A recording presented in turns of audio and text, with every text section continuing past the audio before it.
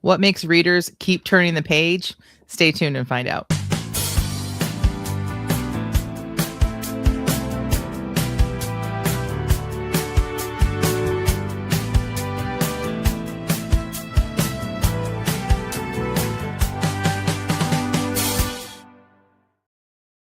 Hello and welcome to the Christian Indie Writers Podcast, where we inform, encourage, and support Christian indie authors on their journey to publication. I'm Jamie Hirschberger. I write short fiction under the pen name J.R. Nichols. I'm Jennifer Carl Tong, and I write historical Christian romance. I'm Christina Catane, and I write Christian fiction and nonfiction.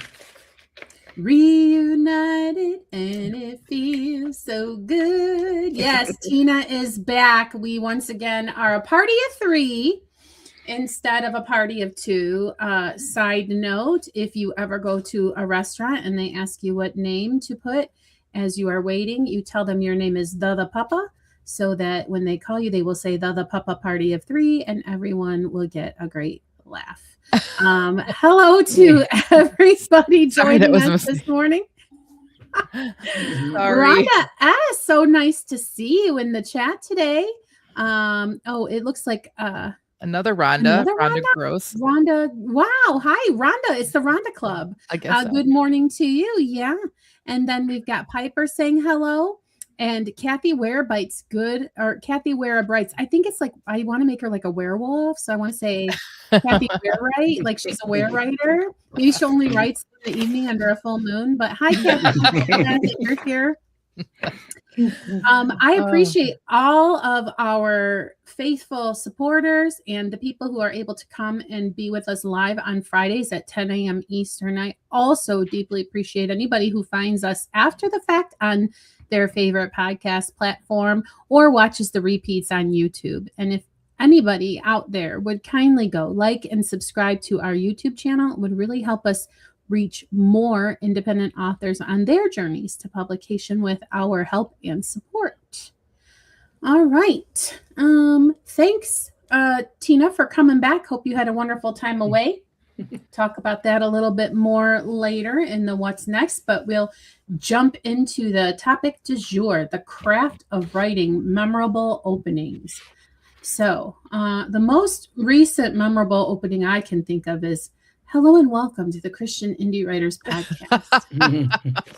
But I don't think that our advice would be to start every one of your novels with the same opening. And so if you don't have a handy dandy pat opening that you always use, what are you to do with the opening of your novel? That's our big idea for today. Right, friends? That is true. Yep. Okay, so we're going to talk about the craft of writing memorable openings, starting with what kind of makes a memorable opening. And I think that when people try to encapsulate it, I think they struggle. And we fortunately came upon this great little handy way to define a great opening is going to provoke curiosity within the reader. What do you think, friends? Yeah, I agree. I think that in your opening, curiosity is definitely more important than like exposition, right? Like, and y'all know that from watching this podcast for any length of time that we love a good piece of poetic writing. You know, like in our sprint, sometimes it comes off and it's some beautiful writing. I mean, I think back way to our first season, our first year of doing this, and Tina wrote about onions, and somebody was like shopping in a like a Middle Eastern or an Indian like open market, and it was just so beautifully done, right? However, that's not something you put at the beginning of the book, because the whole point at the beginning of the book is to get your reader hooked and curious. Right. Yeah, and likewise, the feedback I get sometimes is, oh, I want to know about this, and oh, I want to know about that. And so if that's the reaction that you get from that piece of writing, this is far preferred to, wow, what a beautiful piece of prose. Right, because it's about intrigue, right? Like, you don't want to confuse your reader. Like, I've also read books where they leave it so, it's so convoluted and open-ended that you don't know what's happening. So it doesn't intrigue you, it just confuses you. But the element of intrigue is, I think, super important in your opening. Yeah, and a lot of times, like the tension of what is the problem that you're going to address in your book will get people to go, oh, I want to know how they're going to solve this problem. Right, because Yeah. the tension, like starting off with some sort of tension or some sort of like emotional pull. Yeah. Yeah. Yeah, and I think that it can be done very simply. Sometimes like, except for that incident with his mother. What incident with his mother? Right. It's almost as if like, imagine if you walked into a room and you heard a couple of friends saying things, but then they stopped talking when you come into the room. Don't Mhm. you want nothing more than to hear what about XYZ thing that's going on? That's the feeling that you want to evoke in your readers. Now, Jen, you did mention exposition, and I just want to stop there for a minute because it's kind of a 50-cent word maybe for some of the people who are new to writing. Would you like to describe, please, what you mean, not exposition? Like prose, like very wordy, like bigger paragraphs, beautifully written and descriptions and like kind of more where you kind of settle in and we get to read some more meat, I guess. Mhm. I think that your openings need to be a little bit shorter and choppier as opposed to Mhm. the big chunks of exposition. Like for example, so one of my books starts off, you have a girl, and we know that it's, sometime in the early 1900s, and she's nervous and she knocks on this door. What door is she knocking on? And this person comes to the door and she gets to go in, and all of a sudden you realize it's a CD bar. Like, why is this girl in a CD bar? And then all of a sudden, like, and so it kind of goes from there. Or I could have given you this long exposition of like, she was heartbroken after years of being engaged to this man she thought she was in love. Like, I could have gone that route, but instead I put you in the middle of it, little like hints and like, what's going on, what is happening, what's going on, and like your heart is racing with hers, and like that's a much better opening. Though I do believe that later in the book I stop and we have that moment where we're inside her heart and we're inside like the flashbacks and like, how did she get here kind of a situation. But that is not for your opening. I have started a book with description, but it wasn't long. And it was it was literally an eagle's eye view. Mm-hmm. And as the eagle was coming in, you could see blood on the ground that the eagle was seeing. And it like, so it brought in the tension of the story at the same time that I was like an eagle flying over this village and giving you a description of the landscape. Yeah, But because go ahead. I just want to say one of the most memorable openings of a book I ever read, the first line was, "To the best of my understandably shaky recollection, the first time I died, it went something like this." Yeah. Yeah, and I think that demonstrates what we say here in the outline, is that the question should raise naturally. As in Jen's example, what is she doing there? What is this place? Those are natural questions based on the provocation of the writing. And same, Tina, with your example. Even your eagle eye view example, first of all, there's emotional disruption when you see blood. There's tension Right. of who done it, who did it, and it naturally provokes questions in the mind of the reader. And I think that's really a key. Agreed. Absolutely agree. Piper Dow says, your opening gives a promise of what's to come. So I've heard to start in the middle of action to grab attention. But if your story isn't full of action, that's a misstep. I agree. That's a really good point, Piper, because I've also heard that bit of advice as well, but it doesn't fit every genre and every story. So you have to know your readers, you have to know your story, and you just need to, the whole point is to start with intrigue, somehow get us interested in what's happening or interested in your character. Like with what Tina has shared about for my, like, the person's like, the first time I died, this is how it happened. But before that, it led up with, for the best of my, something intrigue, like you get a little bit of insight of who this person is. They seem a little bit like not kind of maybe disorganized or whatever. Like we start to see the character, learn who the character is, and kind of start to connect with the character. So that's what the important part is. So can that happen with jumping in the middle of the action? Absolutely, it can. And when they say middle of the action, it doesn't mean that it's going to have to always be a battle, right? The middle of the action, like for me, was walking into the bar or knocking on that door. This door, we don't know what the door is, what's happening, why is she going in at this dark place? Like, so it can be that kind of action, but it's about the intrigue. I was thinking about cozies, how the whole first couple of pages is really kind of setting up who this, person who's going to get roped into whatever shenanigans is really like. Sometimes, so she's standing there trying to decide if she should do a blue or white Christmas tree, and she falls onto the Christmas tree, like cat jumps into it. I don't know, but the thing is, something is happening.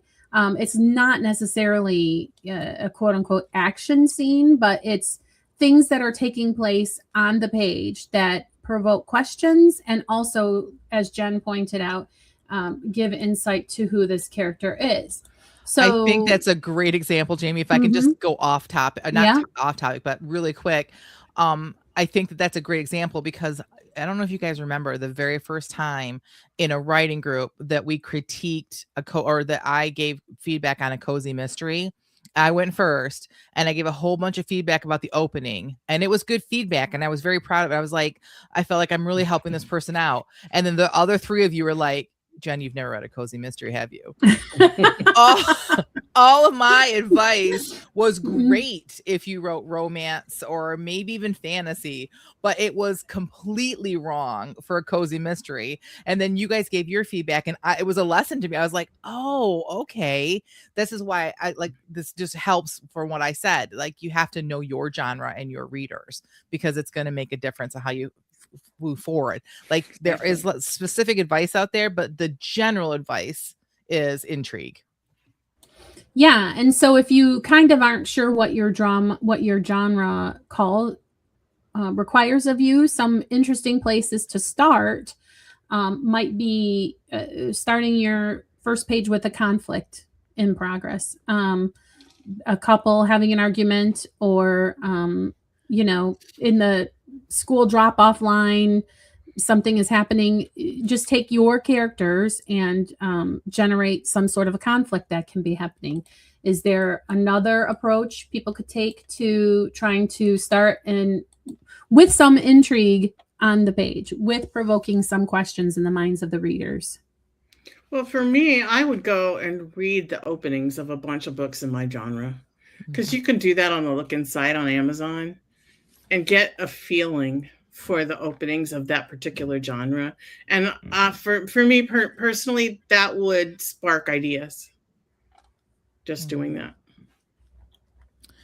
I like to start with some sort of mystery, even if I don't write mystery. Some like I said, the knocking on the door, or kind of like, why is this person on a train? Like, where is she going? That kind of thing.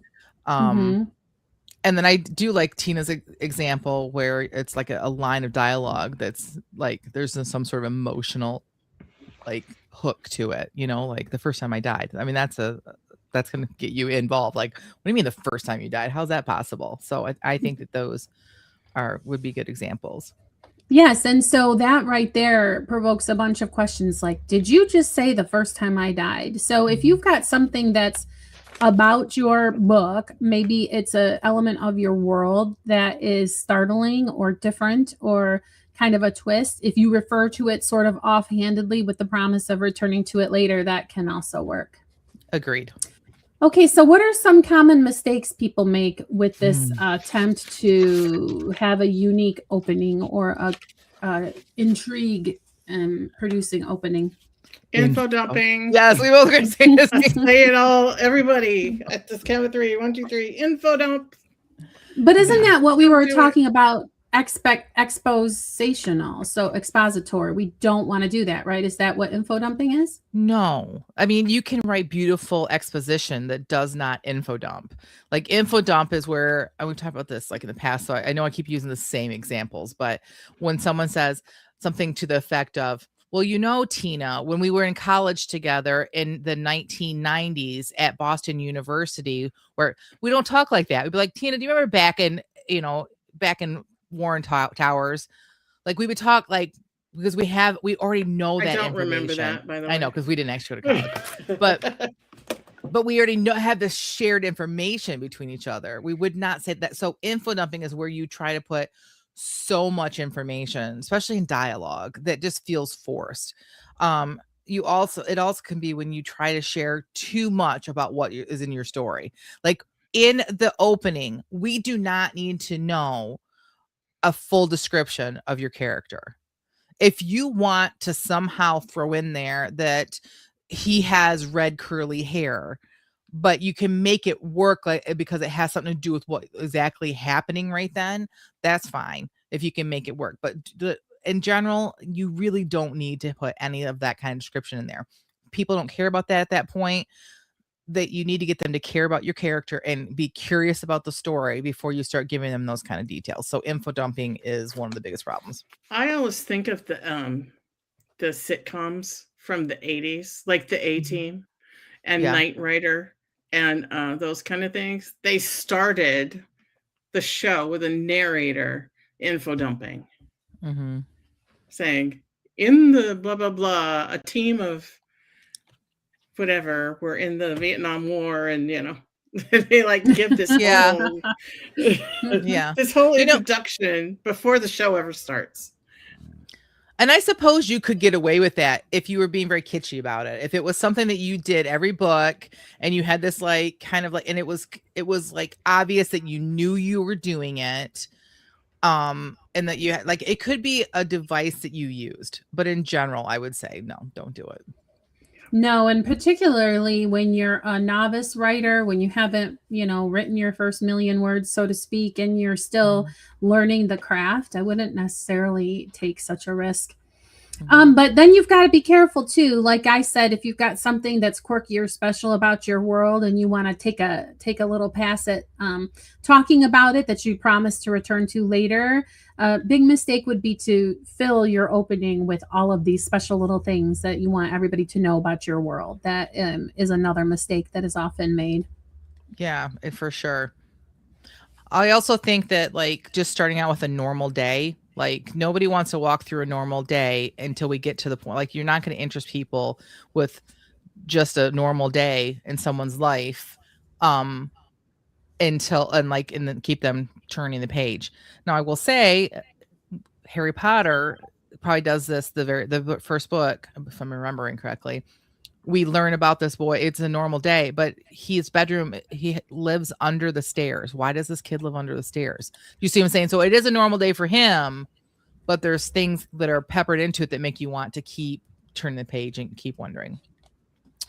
All right. Jason Marsh, our friend, says, I've read a part of a book that had the whole chapter of just info dumping. Yeah. And it stands out, right? And for readers who are not writers, they may not be able to pinpoint like, oh, what is wrong with this book? We see it. We know what the problem is, but readers will just put the book down or never buy another one of your books or give you a really bad review. Like there's options of what they're going to do. And you don't want any of those options. And I started reading a post-apocalyptic book one time. It was a Christian post-apocalyptic, say that 10 times fast. And it started with the guy sitting in church, and it had the entire sermon. Oh, no. Ever. That's why I say I started reading the book. I never made it past the first chapter. Yeah. Couldn't do it. Nowhere in your book is an entire sermon necessary. Especially not at the beginning. Yeah, for sure. I hope Jason stays around because he's part of my What's Up. So go ahead.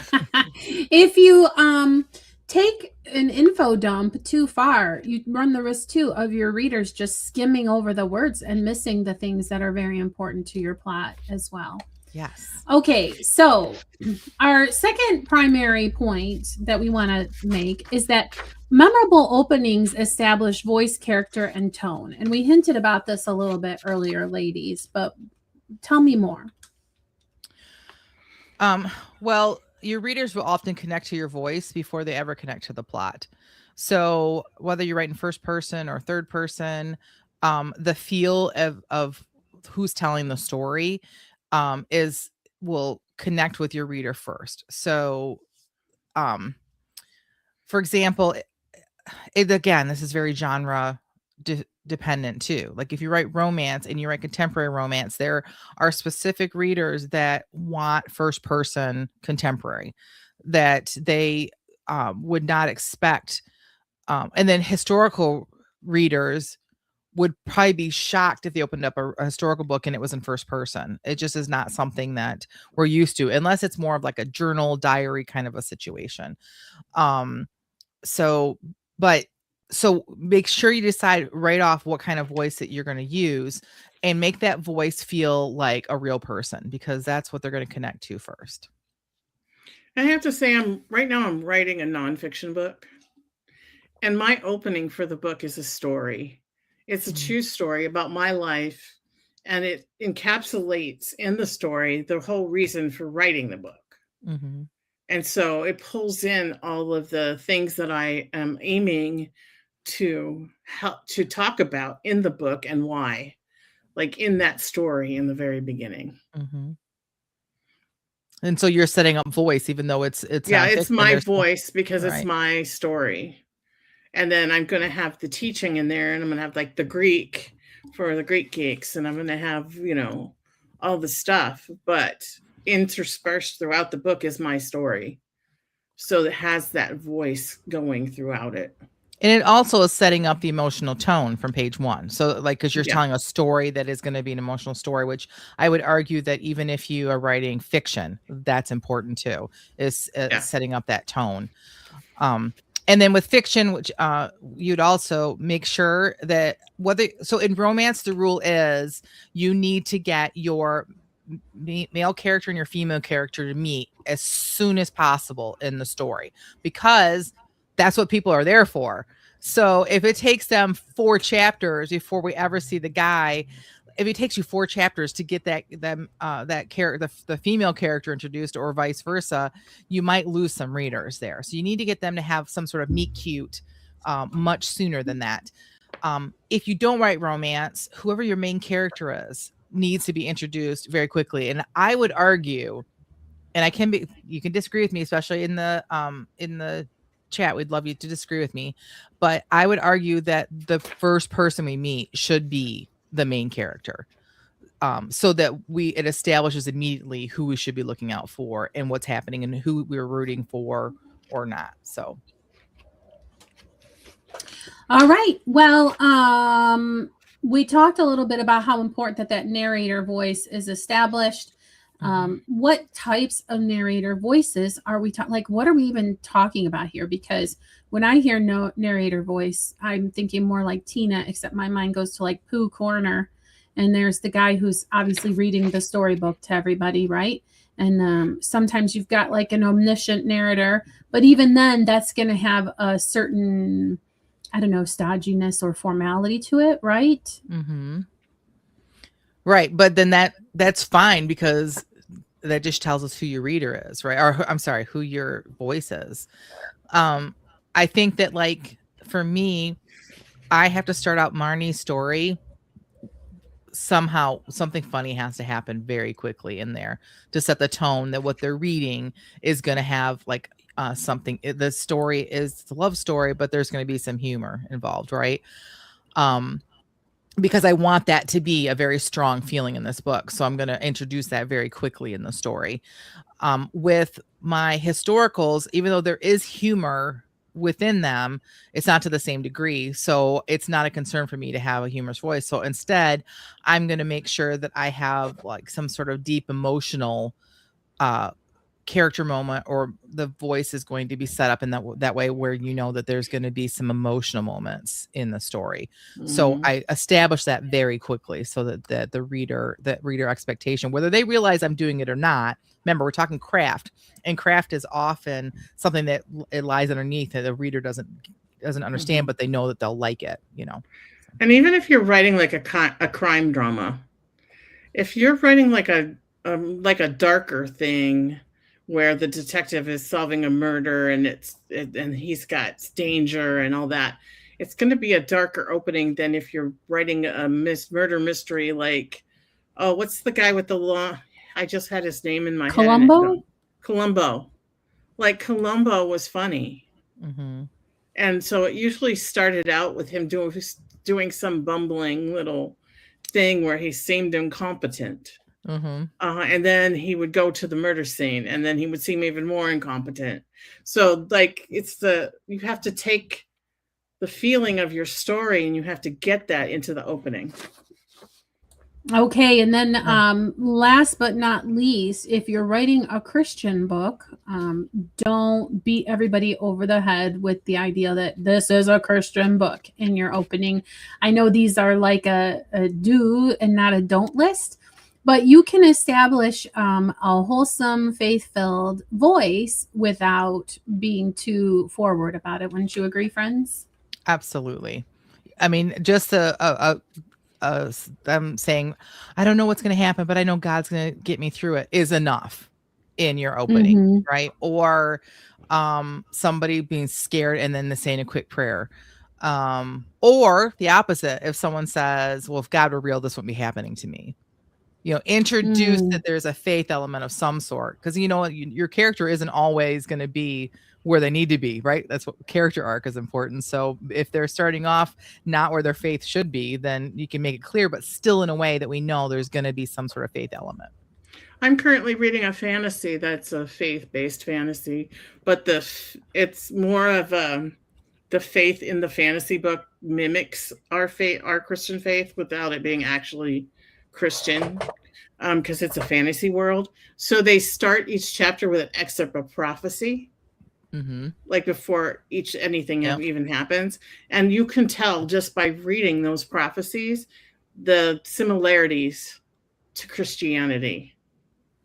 Just in that little 3 sentences prophecy that they put in the beginning of every chapter. Here's a shout out to Christian fantasy writers, which is not in our outline, but I need to say this because when you said that, it reminded me that my daughter, who's now 17, but when she was like 12, 13, she was reading a set of books. They were not Christian, but I let her read them because I kind of was trying to keep ahead of her. And then it got to the point where I'm like, no, we're not reading these anymore because it started to introduce characters that did not align with our faith. However, it was complete fantasy. But again, they had the prophecy thing. And all the girls her age that were reading these books were memorizing these prophecies and like that. And I'm like, you should be out memorizing scripture. So here's a shout out to you, fantasy writers. There is a market out there for kids that age. If you're at all interested in writing fantasy for young people, there is a mission field out there of kids that are looking for those kind of books. And like literally we're memorizing these long passages of prophecy. Now imagine if we could use that for the kingdom, right? So that's a side note. But speaking of fantasy, Jason Marsh says there are some fantasy books that meeting someone else first drew the reader in besides the main character. Okay, see, I've been schooled. Thank you, Jason. Yeah, just this random scene that pops into my head is if your main character is arguing with the person selling them something at one of the little apothecary shops or something. And so it might be that the apothecary speaks first, right? So those kinds of things. Is it ever like it's the wise sage? Do they ever show up again later? Like they're always kind of like a connecting element. They're not the main character, but they're always, ooh, that's a good idea too. Yeah. And I guess this is not something, maybe we're going to talk about this later in the outline. So I will hold that thought because I do have thoughts about that. But we're getting into our final talking point here, which is some practical techniques for writing first pages. Now, we don't like to just send you on your way telling you what to do without giving you any advice on how to do it. So that's where we're at. We already kind of established the big idea that we want a memorable opening, and you've got to put the work in to make that happen. It's not an accident that happens. But now, how do you really do it, Jen? I have a good suggestion. Take your chapter that you've possibly already written and cut out like the first 10% and try starting there.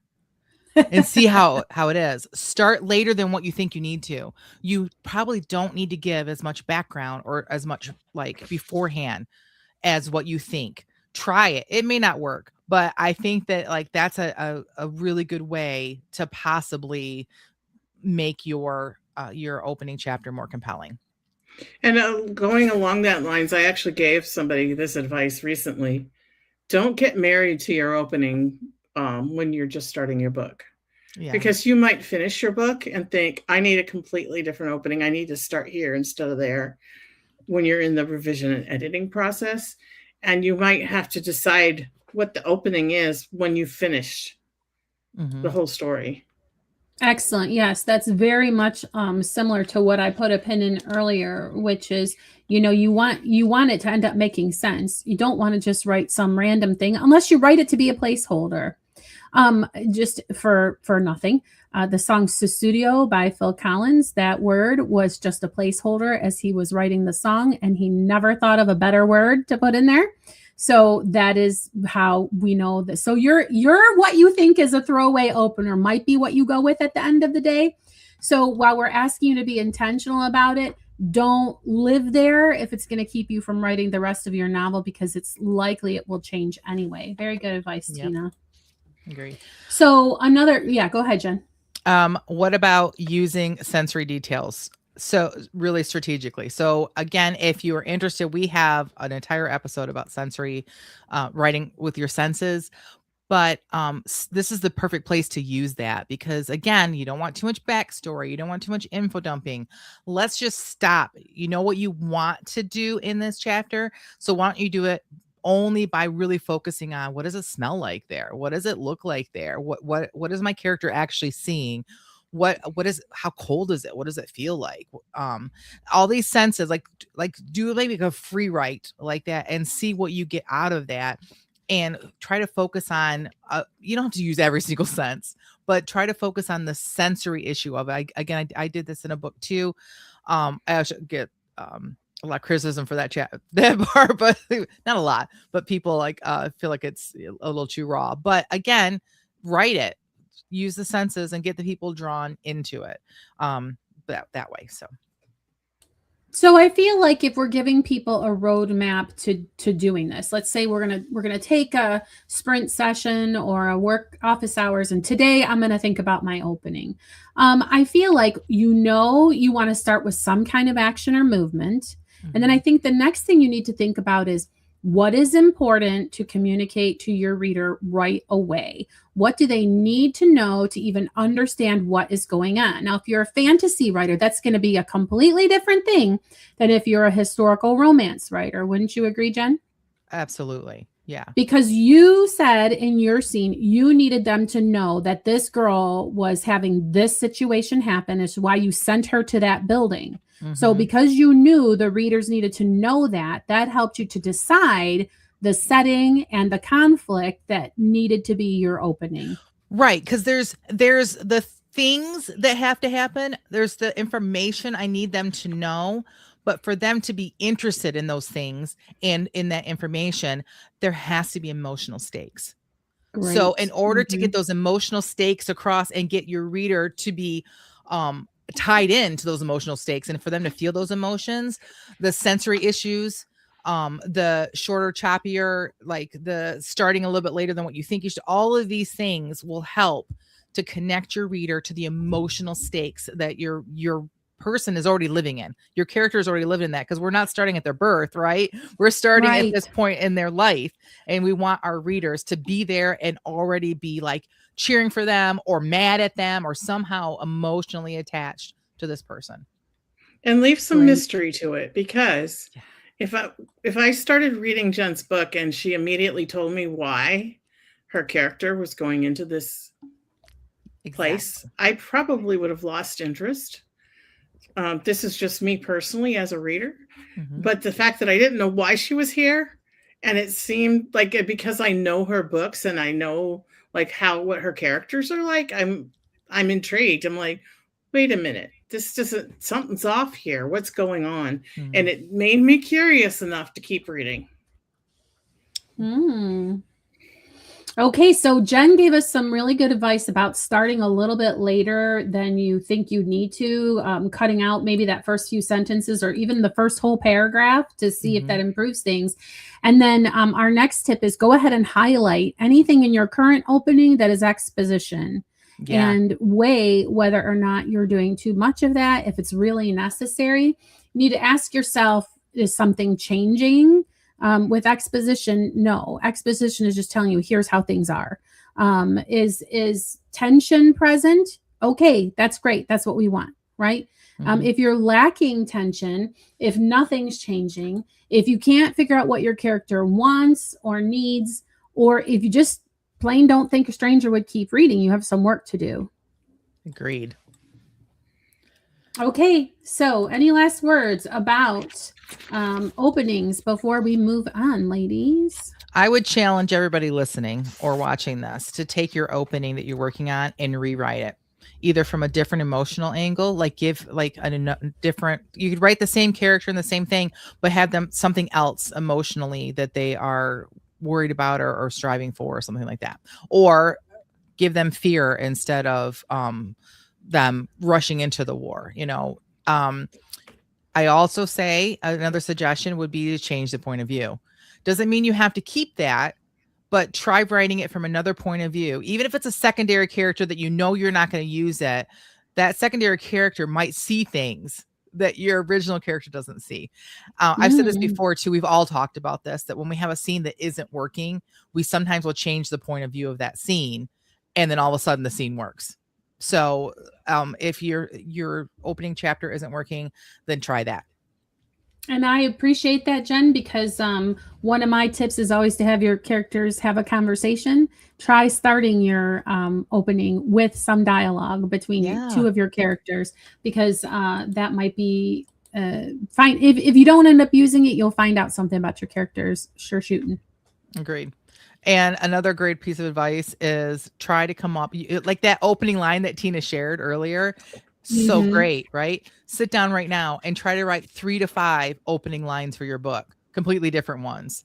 Just like I am always an advocate for a notepad and a pen, right? Get away from the computer and just sit there and just free write some new opening lines and see if anything sticks. All right. I love it. Okay, now it's time for my favorite part of Friday. Hooray! It's time for the feeding of the backs. The what? It is giving feedback to one another about our writing, because if you're anything like me, nothing makes you happier than to write something and have everybody pay attention to you while you read it out loud. The tricky part is that we don't edit these before we read them to you all. So we ask you to please be kind, and we have promised to be kind and give only positive and encouraging feedback for these. We all write to the same sprint. You'll be amazed at the differences in what comes out, which should comfort you and reassure you. If you're worried it's all been done, well, not by you. And this exercise just shows you how uniquely we are all created. And without further ado, Jen, why don't you tell us what the prompt was today and what you wrote? Well, my favorite 5 words. I always love those kind of prompts. So this week's words were play, habitat, texture, franchise, and excuse. And I only got 3 of them in, and the third one I got like in the last sentence, and the timer went off. I got nowhere near what I wanted to be. So we'll see what you think. This is no time to play around. Marnie laughed. I doubt you ever make time to play. Mr. Boss shrugged. I haven't had much time lately for play. That's just an excuse. Nobody has time for play. You have to make time for play. She grabbed a putter from the barrel next to the counter. Come on, 1 round won't kill you. Then I promise we will get back to work. Mr. Boss frowned. 1 round, that's it. They headed to the first hole. Mr. Boss striding with a determined purpose. Marnie skipping along behind. Mr. Boss placed his ball, lined up his putter, and deftly hit the ball into the first hole, easily maneuvering past the windmill obstacle. Marnie, on the other hand, hit the windmill twice, bounced it off the back wall, and took 2 more putts before sinking in the hole, all the while chattering about how cute the alligator obstacle was in the upcoming hole. This pattern continued for the next 4 holes. By the 5th hole, Mr. Boss was clearly annoyed. You're not even trying to win. Marnie frowned at him. You're not even trying to have fun. She crossed her arms and pouted and leaned against the holes. She leaned against the hole's obstacle, a ridiculous-looking scarecrow. It's like you're in your natural habitat. 3, 2, 1. That was him speaking. I just love this because obviously he plays golf, and he's just like, the point is to win, isn't it? And I really love that exchange where she's like, well, you're intentionally trying not to have fun. And what I really want is for her to like straighten up and then just like beat him on all of the other That'd be so great. Like she was having fun. Like there's a time for work and there's a time for play, and he's just like refusing to play. But anyway, I'm really sad that you didn't get any farther because I was enjoying that. Yeah, I really related to this scene mostly because it reminds me of me and my husband, but instead of golf, it's rummy. Like he's so competitive and he wants to win, and I'm just like da da da da.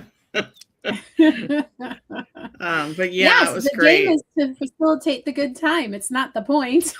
Right. Yeah, and he just wants to win, and then it's not fun because he's so like focused on winning, and then he just always wins, and then I'm like, why are we even doing this? It's so But yeah, it was just so relatable. Thanks. So I used to my father-in-law before he passed, he was very much a card player, and I am not competitive.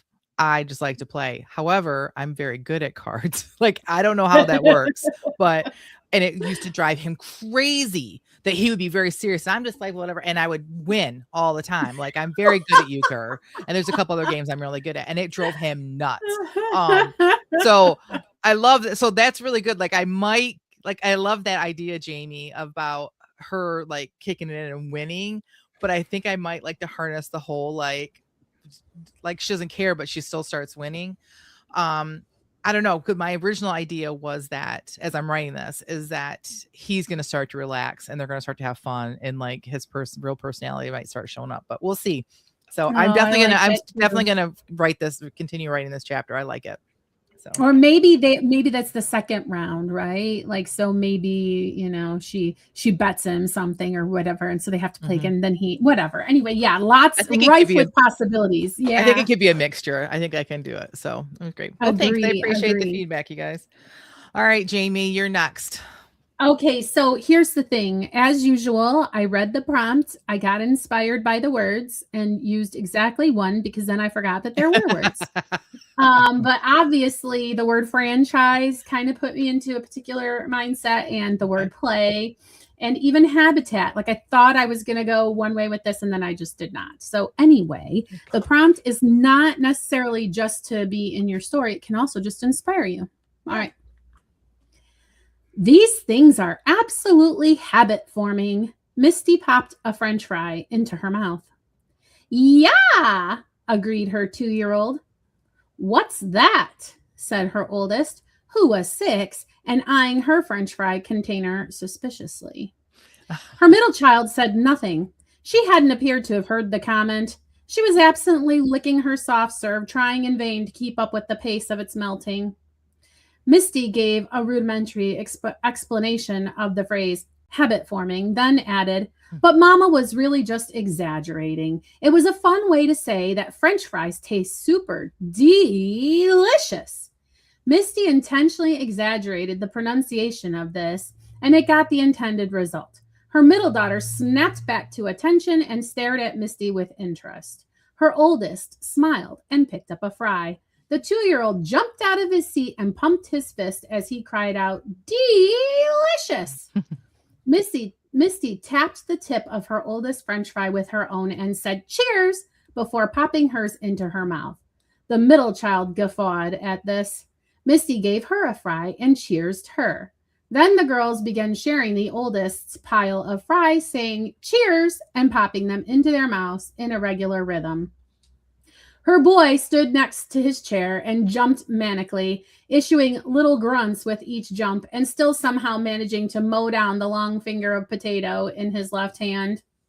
Misty smiled and made a point to really focus on each of her children in turn, a little ritual she did called the camera trick to emblazon this moment into her memories. Ugh.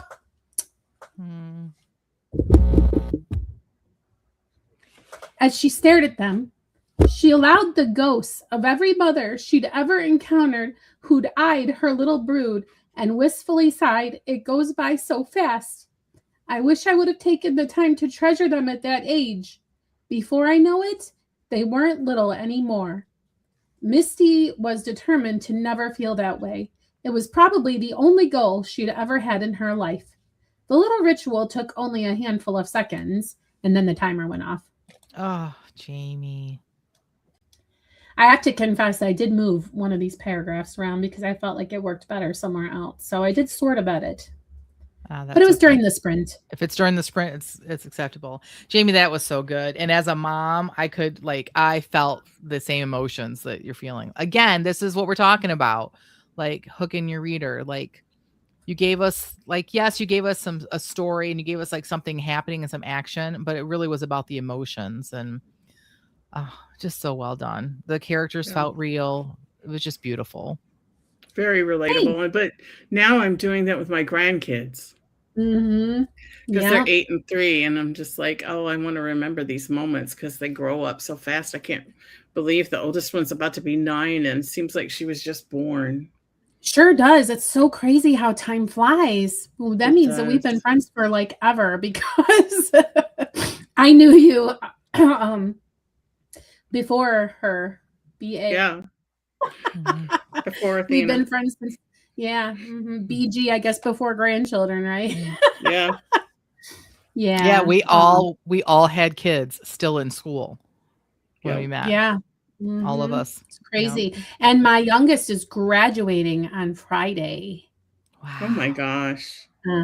So then, Jen, we just have a couple of years to go, and then they're all done with the school. Yeah, my baby's the last of all of our kids. Yep. Crazy. So to all you mamas out there, learn the camera trick. It's a very, very good advice to try to soak it all in. Not necessarily the crazy moments. It's so funny. Have you seen the social media trend where they play "You're Gonna Miss This" and it's during like the toddler meltdowns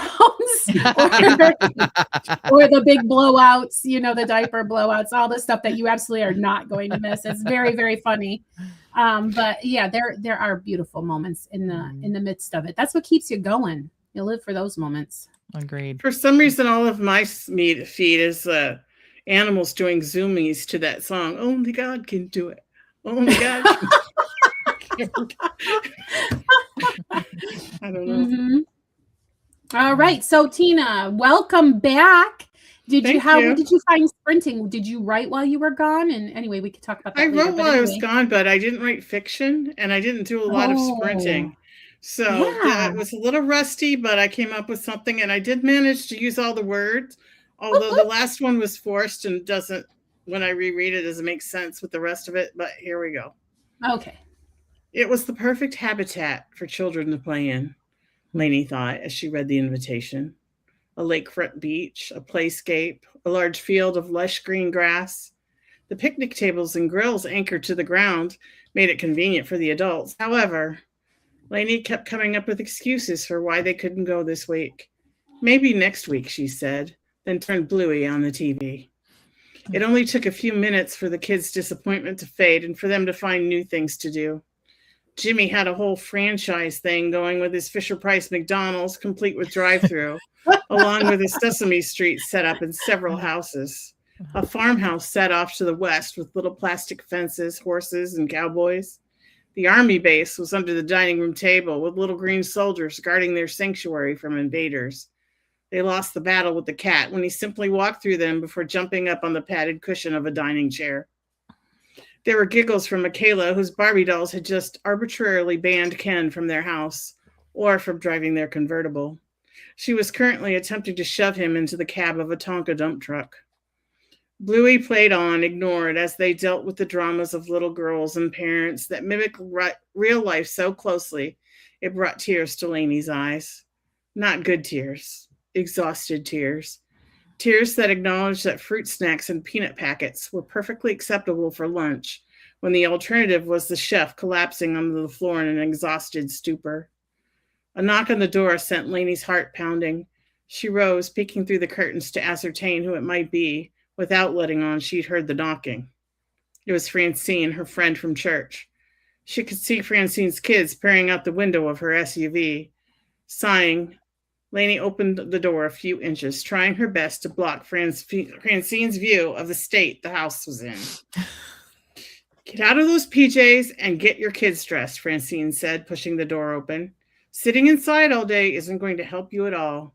Sunshine, sand, and water. That's what the doctor has called for. Lainey opened her mouth to recite today's excuse, but Francine was already in the living room.